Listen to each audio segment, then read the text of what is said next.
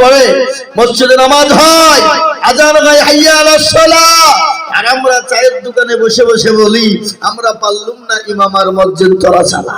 ঠিক না ভাই? জোরে বলুন। চায়ের দোকানে বসে গিবত, গিল্লা, পরচর্চা, পরনিন্দা।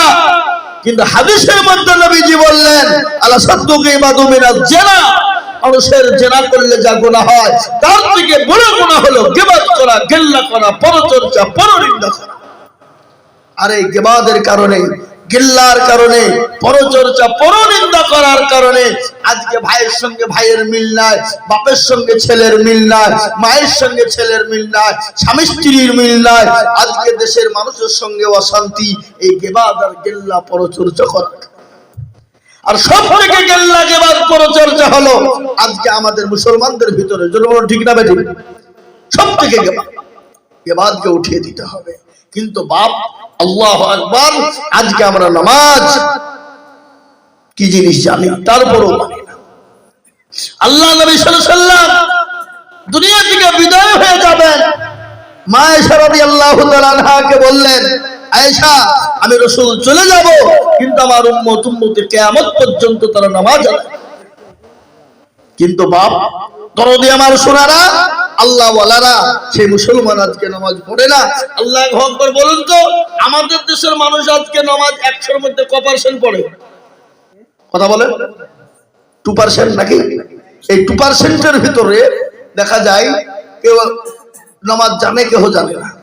1% লোক তো 20 বছর 15 বছর ধরে নামাজ পড়ে। আপনাদের পমাইপুরের খবরটা আমি জানি না, শিক্ষিত গ্রাম, এদেশের লোক তো ভালো জানবে আশা করি। কিন্তু 1% লোক 20 বছর ধরে নামাজ পড়ে।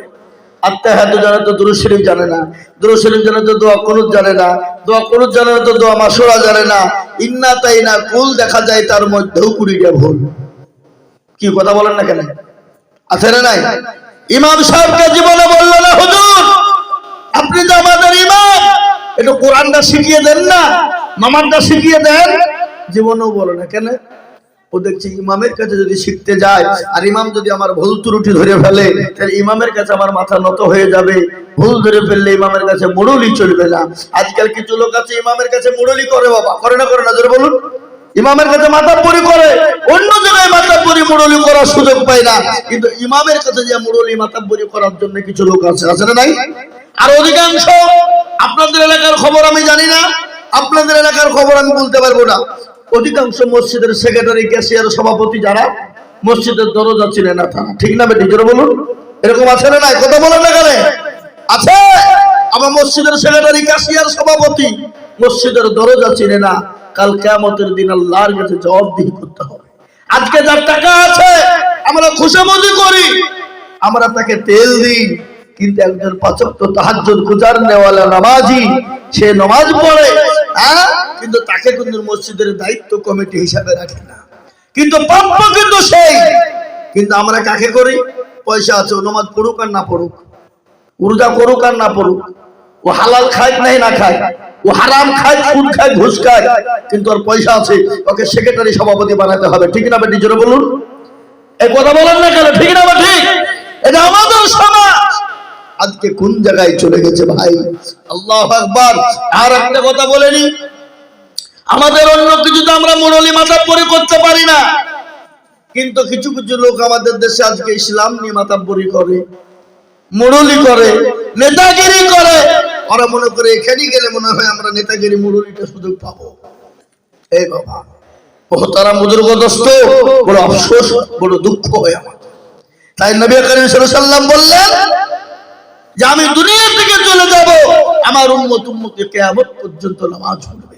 সেই উম্মত আজকে নামাজ পড়ে না, মাতাব্বরি করে, মুরলি করে।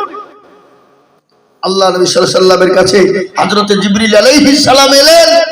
আসার পর আল্লাহ নবীকে বললেন, আসসালামু আলাইকা ইয়া রাসূলুল্লাহ। নবীজি বললেন, ওয়া আলাইকুম আসসালাম। বলো ভাই জিবরাইল, কি খবর? হযরত জিবরিল আলাইহিস সালাম বললেন, ইয়া রাসূলুল্লাহ আপনি কেমন আছেন? নবীজি বললেন, জিবরাইল আমি বড় ভালো নাই।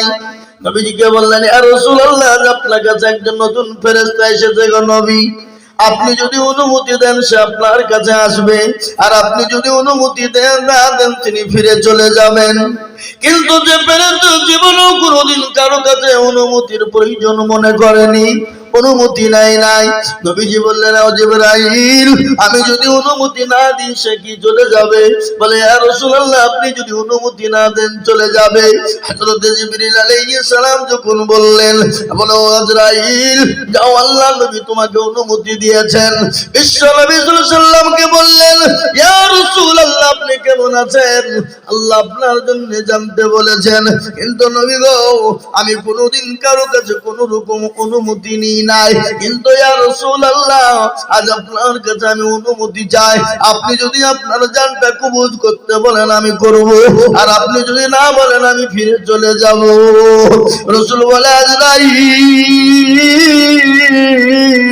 আমি যদি অনুমতি তোমাকে না দিই, বলে, নবী গো, আপনি যদি অনুমতি না দেন আমি চলে যাব গো নবী, কিন্তু ইয়া রাসূলুল্লাহ, আমি জীবনও কোনোদিন কারো কাছে অনুমতি নিই নাই এবং কিয়ামত পর্যন্ত অনুমতি নেব না। রাসূল বলে, আজরাইল, তোমার আমি অনুমতি দিয়ে দিলাম। বিশ্ব নবীর জানটা কবজ করার জন্য আজরাইল আলাইহিস সালাম যখন গেলেন, নবীজির বুকের উপর যখন হাতটা দিলেন, আল্লাহর নবী দয়ার নবী বলেন, ও আজরাইল, আমার মনে হলো আমার বুকের উপর উহুদ পাহাড়টা পড়ে গেছে।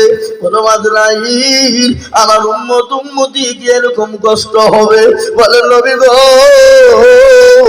আপনার উম্মতির এরকম কষ্ট হবে না, কিন্তু রাসূল শুনে নিন, আপনার উম্মত যদি দিনদার হয়, ইমানদার হয়, কলমাওয়ালা হয়, মসজিদ মুখী হয়, নামাজি হয়, মুত্তাকিন হয়, পরহেজগার হয়ে যায়, ওগো নবী, তখন যার জানটা কবুল করা হবে, যেমন বাচ্চা যেমন মায়ের স্তনে দুধ খেতে খেতে ঘুমিয়ে যায়, কোন রকমের কোনো টের পায় না, কিন্তু নবী গো, আপনার উম্মতিদের জানটা যখন কবুল করা হবে, মুমিন বান্দার জান যখন কবুল করা হবে, সে কোন রকম কোনো বুঝতে পারবে না, ওই ছোট শিশুর মতন সে ঘুমিয়ে যাবে গো নবী।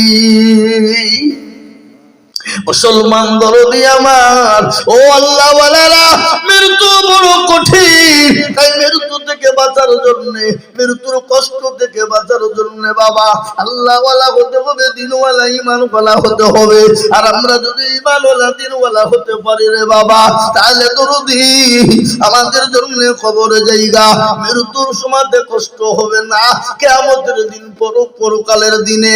ও মুসলমান শুনেলেন, যেমন দুনিয়ার জমিনে মা বোনেরা রান্না করে, ভাতের হাড়ি যখন রান্না হয় ফান গেলা টং বং করে গলে, কিন্তু কিয়ামতের দিনটা পুরো কঠিন হয়ে যাবে।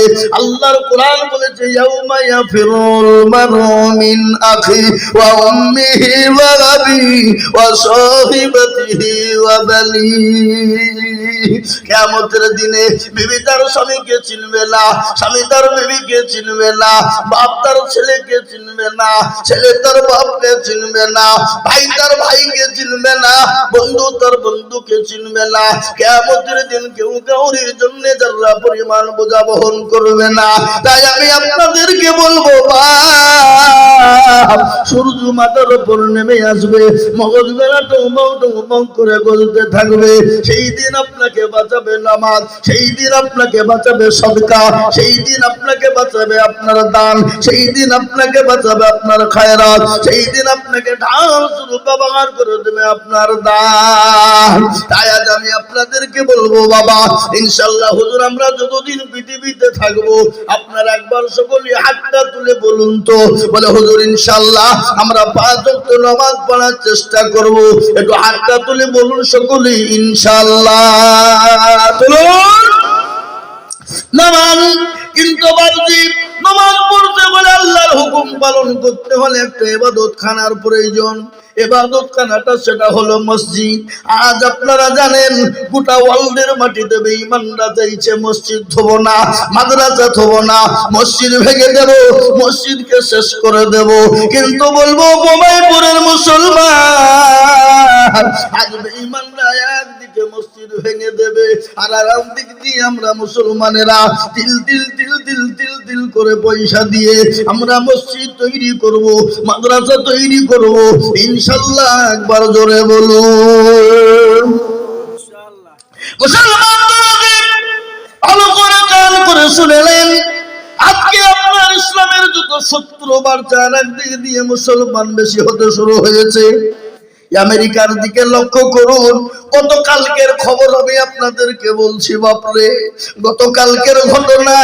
একজন বলছেন, আপনার সাংবাদিক বলে, প্রতিদিন গড়ে 60 থেকে 80 জন খ্রিস্টান ইহুদি মিলে প্রতিদিন মুসলমানের হার বাড়তে শুরু হয়েছে।